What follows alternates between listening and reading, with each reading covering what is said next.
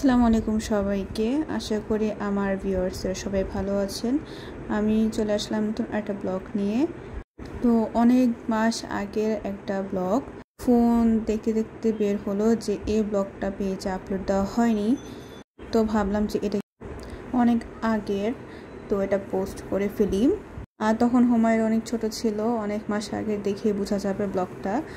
তো আমরা গিয়েছিলাম ওই দিন বোন, আমি আর মেয়েকে নিয়ে একটু মিউজিয়ামের দিকে, চন্দ্রিমা উদ্যান, বিজয় সরণির দিকে।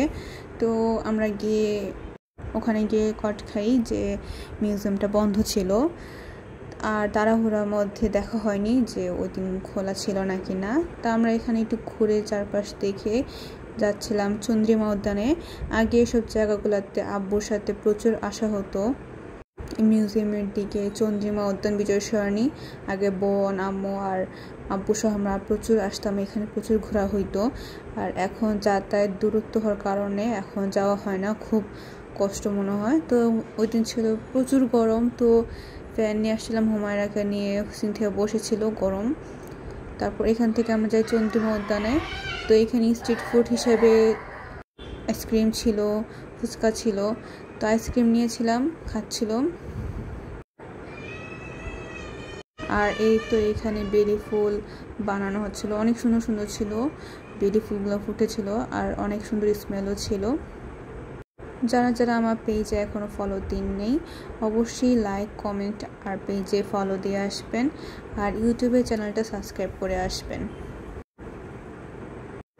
এখানে অনেকক্ষণ দাঁড়িয়ে থাকার পর ভাবলাম যে না, যেহেতু আসছি কষ্ট করে, হাতে অনেক টাইমও ছিল, তো আমরা চন্দ্রিমা উদ্যানের দিকেই যাব।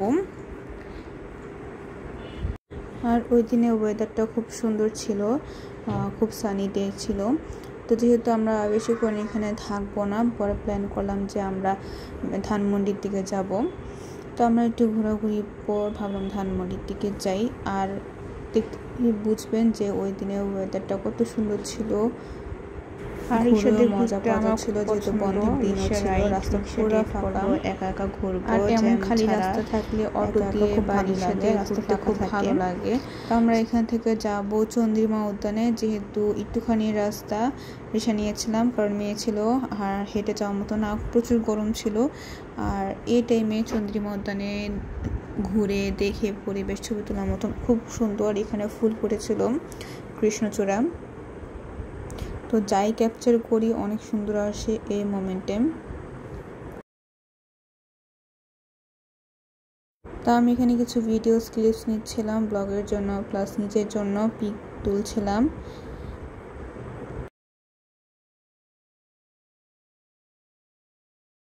আর জায়গাটা খুব বড়, ঘুরে দেখা শেষ করার মতো না। আমরা এক পাশেই ছিলাম, যেখানে প্রচুর মানুষজন ছিল, মেয়েকে নিয়ে ঘুরে দেখাচ্ছিলাম। মেয়ের খুব পছন্দ এসব খোলামেলা জায়গা। তো আমি প্রত্যেকবারই ট্রাই করি মেয়েকে নিয়ে একটু ঘুরতে বের হওয়ার।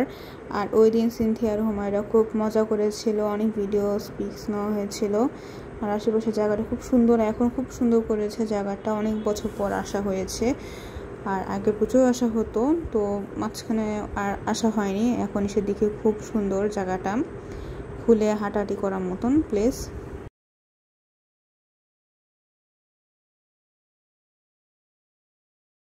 জিয়া উদ্যান বা চন্দ্রিমা উদ্যান যেটি বলেন, এই জায়গাটা হচ্ছে বেস্ট, যে নদীর পাড়ে এখানে বসে থেকেও খুব শান্তি, এখানে পিকসগুলোও খুব সুন্দর আসে। জায়গাটা খুব শান্তিপূর্ণ, বিকালে আড্ডা দেওয়ার মতন, শান্তি মতন বসে থাকার জন্য খুব সুন্দর এই জায়গাটা, গাছগাছালির মধ্যে।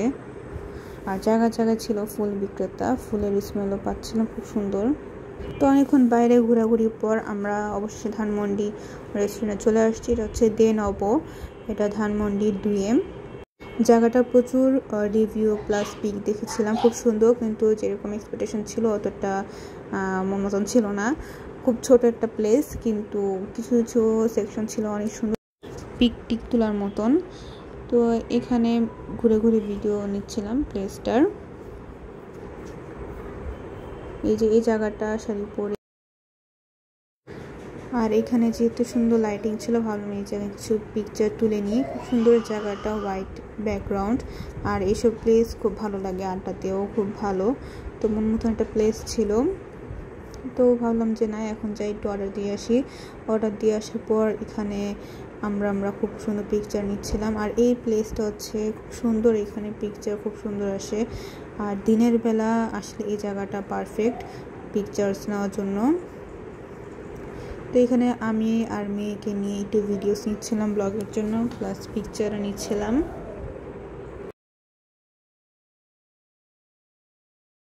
আর এখানে ছোট্ট একটা দোলনার প্লেস ছিল, হুমায়রা খুব পছন্দ করেছে। ও দোলনা যেখানে দেখে ও খুব পছন্দ করে। আর এই জায়গা মেবি বার্থডে থিম ছিল, বার্থডে গার্লদের জন্য সাজানো হয়েছিল। তো আমরা একটু ভিডিওস নিচ্ছিলাম এখানে এসে। আর হুমায়রা বেলুনস পেয়ে খুব খুশি হচ্ছিল।